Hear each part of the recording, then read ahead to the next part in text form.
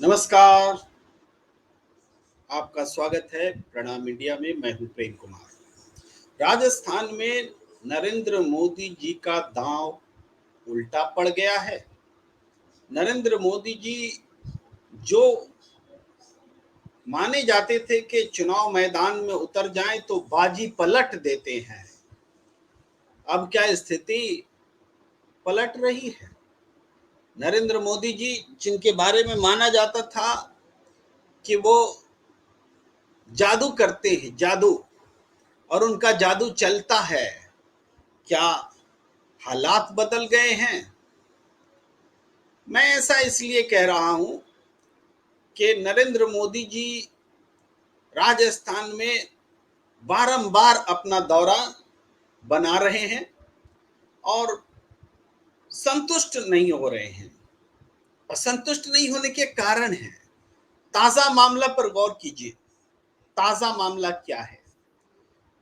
सबसे पहली बात शुरू करते हैं अशोक गहलोत जी के लिए। जो उन्होंने कुछ कहा वहां से बात को शुरू करते हैं। उनकी सरकार के लिए जो कहा वहां से बात शुरू करते हैं। नरेंद्र मोदी जी ने अशोक गहलोत जी के एक बयान का राजनीतिक इस्तेमाल करने की कोशिश की। उन्होंने कहा कि अशोक गहलोत कहते हैं कि भारतीय जनता पार्टी अगर सत्ता में आएगी तो जो लोक कल्याणकारी योजनाएं गहलोत सरकार चला रही है, मेरी सरकार चला रही है, उन योजनाओं का क्या होगा। और इस बयान का जिक्र करते हुए नरेंद्र मोदी जी कहते हैं, चलो अशोक गहलोत जी भी मानते हैं कि बीजेपी की सरकार आ रही है। बहुत तालियां बजती हैं। लोग समझते हैं कि नरेंद्र मोदी जी ने अशोक गहलोत जी को घेर दिया, लेकिन बाजी पलट गई, दांव उल्टा पड़ गया।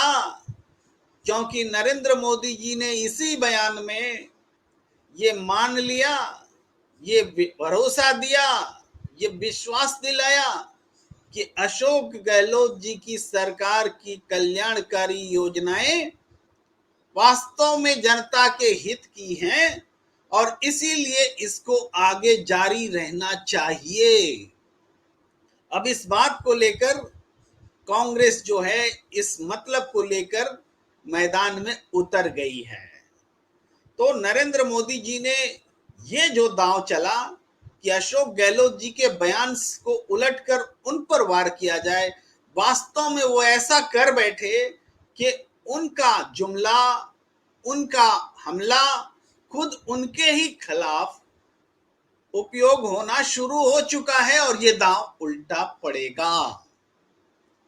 एक दूसरा उदाहरण देता हूं जो स्वयं भारतीय जनता पार्टी से है।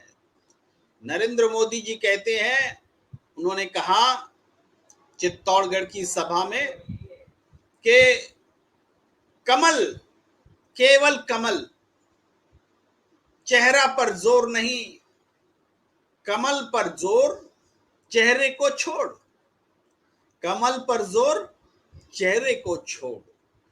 ये जो जुमला नरेंद्र मोदी जी ने उछाला, ये जुमला राजस्थान में बीजेपी की सबसे बड़ी सूरत, सबसे बड़ा चेहरा वसुंधरा राजे के दिल में खंजर की तरह चला है।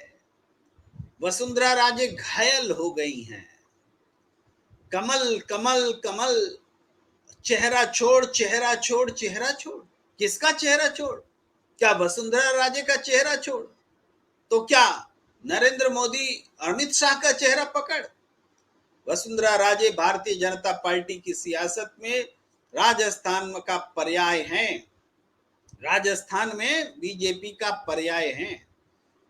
ठीक है, आपको चेहरा नहीं चाहिए, चेहरा बदलना चाहते हैं, लेकिन वसुंधरा राजे जी को अपमानित करके, घायल करके, आहत करके आप चेहरा बदलने जाएंगे तो दांव उल्टा पड़ेगा। अब ये दांव कैसा उल्टा पड़ा?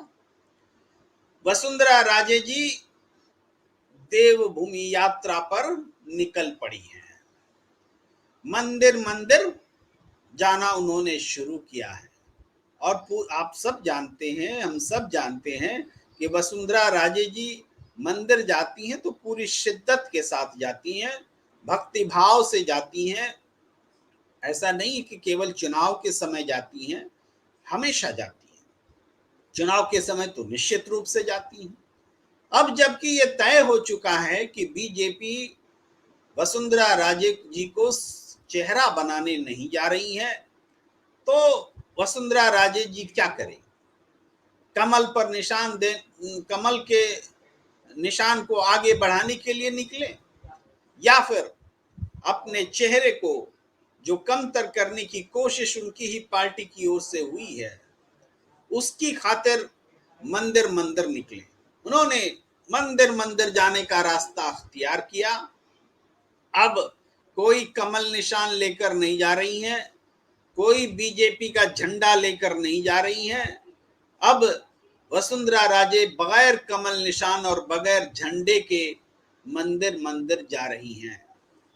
अगर सब कुछ हालात ठीक होते तो वसुंधरा राजे की का जयकारा लगते हुए पब्लिक बीजेपी का झंडा लेकर चल रही होती और वसुंधरा राजे जी मंदिर में जाकर ईश्वर के दर्शन कर रहे होते, आशीर्वाद कर रही होती, आशीर्वाद ले रही होती। लेकिन अब दृश्य क्या है कि वसुंधरा राजे जी जाती हैं मंदिर में, 20 मिनट तक, आधे घंटे तक पूजा पाठ करती हैं, मनोकामना के बंधन बांटती हैं और बैठकर एकांत में पूजा करती हैं, ईश्वर को याद करती हैं, माला जपती हैं। जाहिर है कि 108 बार माला जो गुंथा हुआ होता है, उसको जो जितना वादा किया वो होता है, उसके हिसाब से माले की गिनती होती है और ध्यान लगाया जाता है। वसुंधरा राजे उस काम में जुट गई हैं।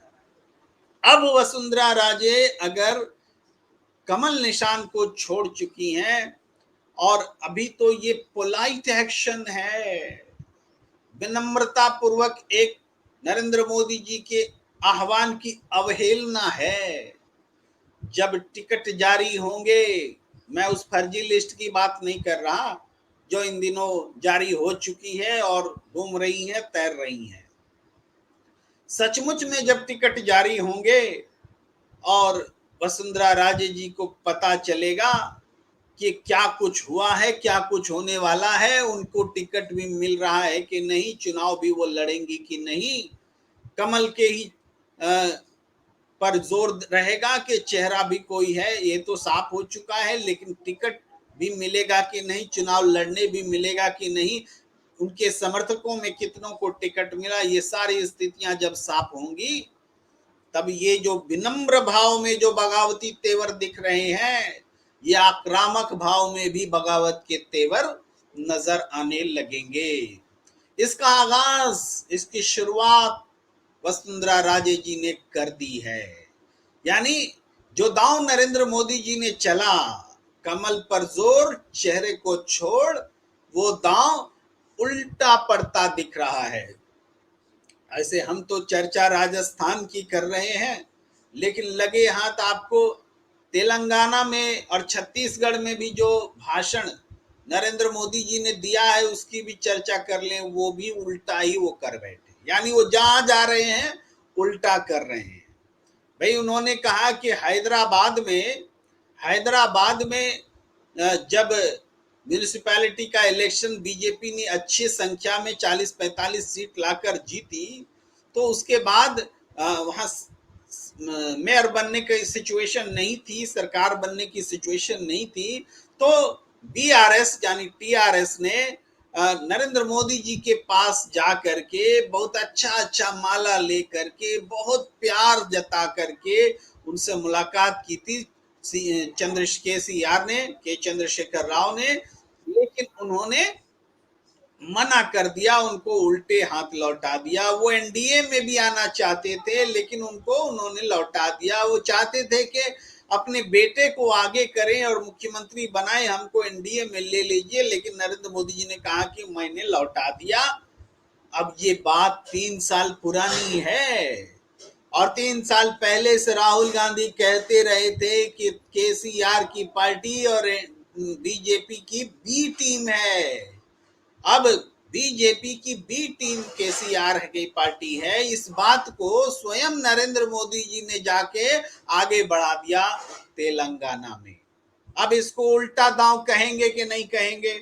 ये जो जो स्टेप, मैं फिर से राजस्थान पर लौटता हूं, राजस्थान में जो कदम नरेंद्र मोदी जी ने उठाया, जो स्टेटमेंट नरेंद्र मोदी जी ने दिए, वो ठीक बीजेपी के लिए उल्टा पड़ता दिख रहा है।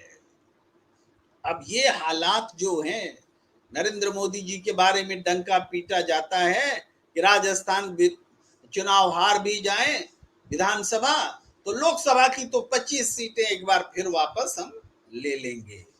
अब हालात वो नहीं रहे, अब वो हालात नहीं रहे।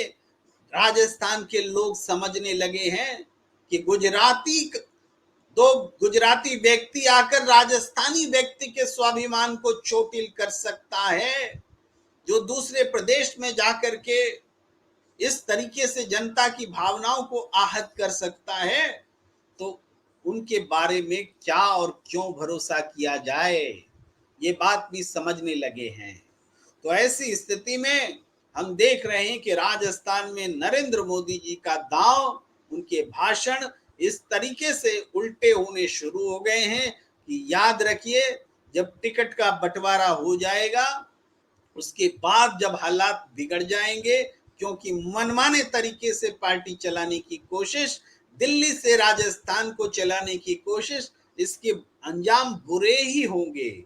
और जब बुरे होंगे, तब फिर वो वक्त आने वाला है जब नरेंद्र मोदी जी को बुला करके अपना वोट बढ़ाने की आकांक्षा, ऐसी उम्मीद खुद बीजेपी के लोग छोड़ चुके होंगे कि नरेंद्र मोदी जी आएंगे, फिर कोई उल्टा दांव चल जाएंगे, और फिर इससे बेहतर है कि अपने दम पर चुनाव लड़ो, स्थानीय मुद्दों पर, स्थानीय चेहरों पर चुनाव लड़ो, कहीं ये हालात पैदा ना हो जाए। वसुंधरा राजे जी ने कम से कम इसकी तैयारी तो भारतीय जनता पार्टी के लिए कर ही दी है। सोचने की बात है, चिंता करने की बात है बीजेपी के लिए, और सबक लेने की भी बात है बीजेपी के लिए। इस बातचीत को हम यहीं पर विराम देना चाहेंगे। अगर आपने हमारा यूट्यूब चैनल सब्सक्राइब नहीं किया है, तो @प्रेम YOU1 को जरूर सब्सक्राइब कीजिए और बेल की घंटी भी बजा लीजिए, ताकि सबसे पहले नोटिफिकेशन आपके पास जाया करे जैसे ही हम आपके साथ संवाद का सिलसिला शुरू करें। हम आपके प्रतिक्रियाओं का लगातार स्वागत करते हैं और उसको किसी न किसी रूप में चर्चा में शामिल भी करते हैं। तो हमें दीजिए इजाजत। नमस्कार।